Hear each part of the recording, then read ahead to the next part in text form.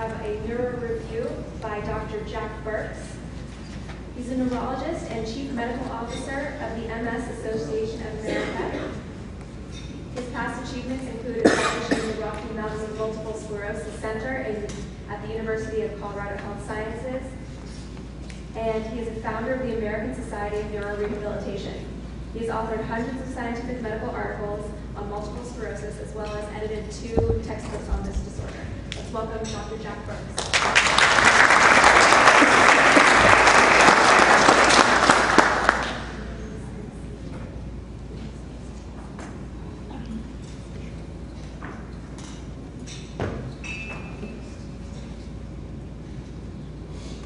Can you hear me?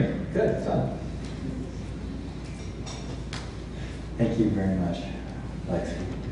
It's a pleasure to be here.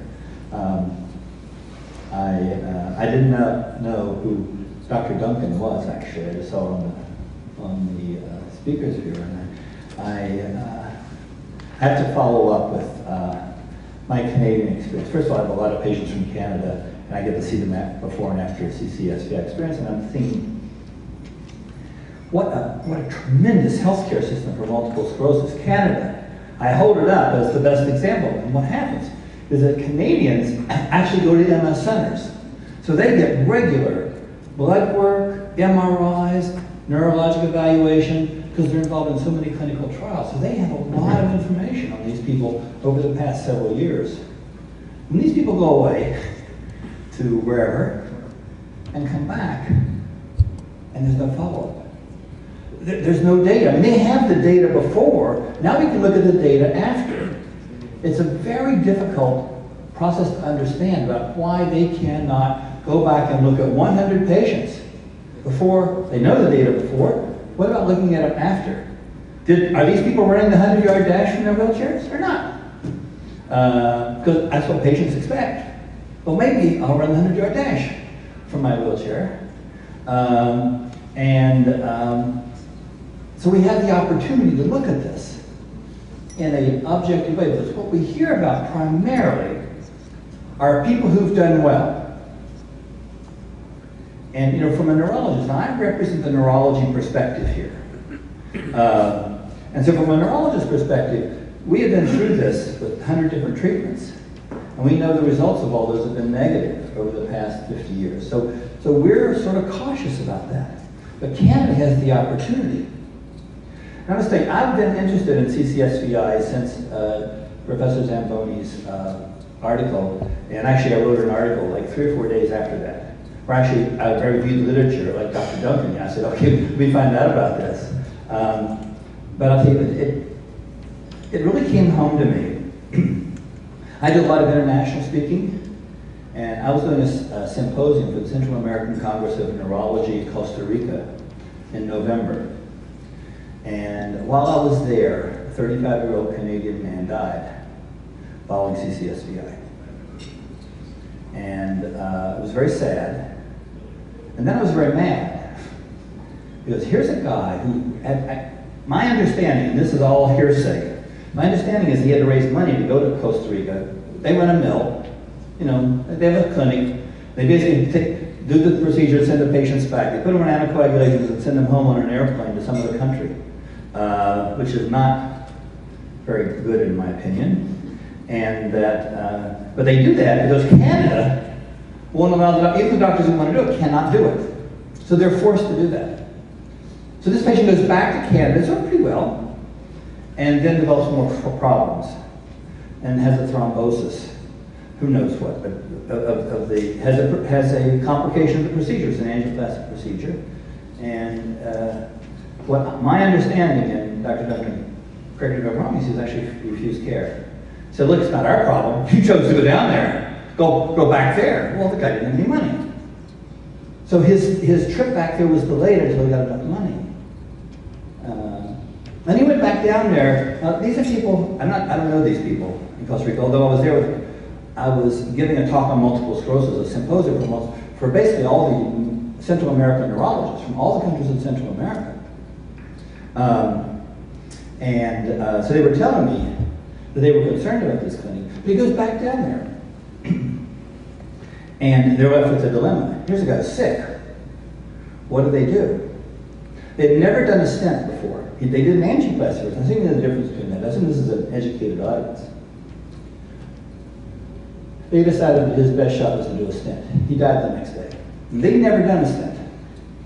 And I'm saying, if Canada had been part of this process, one less person would have died with MS.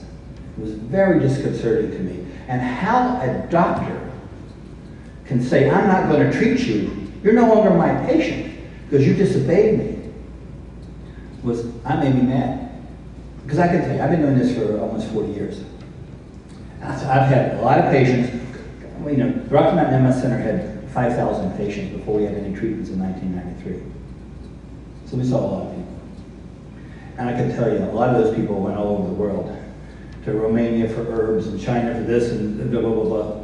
And you know what I told them? I said, you're still my patient. I wish you well. The data doesn't support it. But you need to know, when you get back here, I want to see you, I want to work with you. And that, to me, is the message. And I think it's important, the process. I came here to talk mainly to doctors, actually. There's a lot of patients here, so I'm going to do both.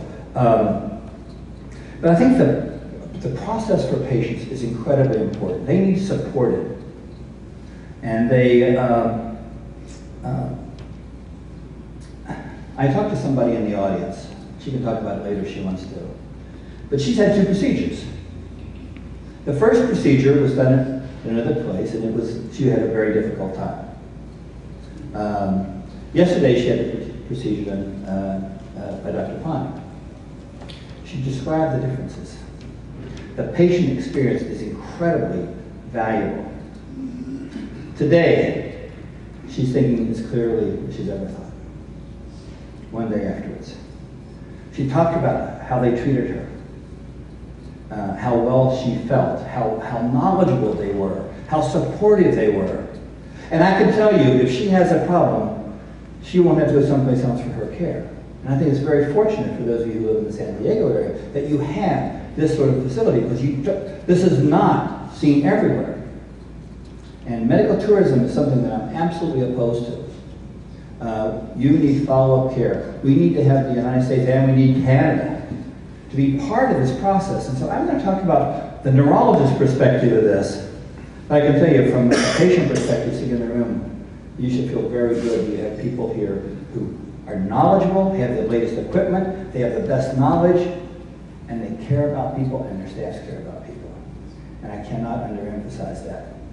I'm going to talk primarily about, let me go forward. Don't pay attention to that. I do a lot of MS. I'm going to talk primarily, again, as a neurologist. What does a neurologist think? People say, well, how can neurologists act like this? How can they do this, right? Right? That's what you think right now. How can they be this way? And I'm not very happy either about the things that happen. However, I'm going to give it to you from the neurologist perspective. I consider myself neutral. My job, more and more these days, is to evaluate treatments for MS. Usually drugs. And we have a standard how you evaluate this. Certain tests that you do, certain controls you do, et cetera, et cetera. And so we have a protocol to become accepted. And the reason we have that protocol is, first of all, it's right, it's evidence-based medicine, but secondly, we have the experience of a lot of things that looks very promising, either turned out to be non-helpful or actually harmful. So I'm going to give you the neurologist perspective, but I really hope this is the breakthrough. I must tell you, I would love to see this work. I'm not convinced. I'll tell you why I'm not convinced, and I hope you will then have a balanced view. But I'm not doing this to be mean and nasty. I mean, I have a stepdaughter with MS. She's a wonderful, wonderful 37-year-old lady.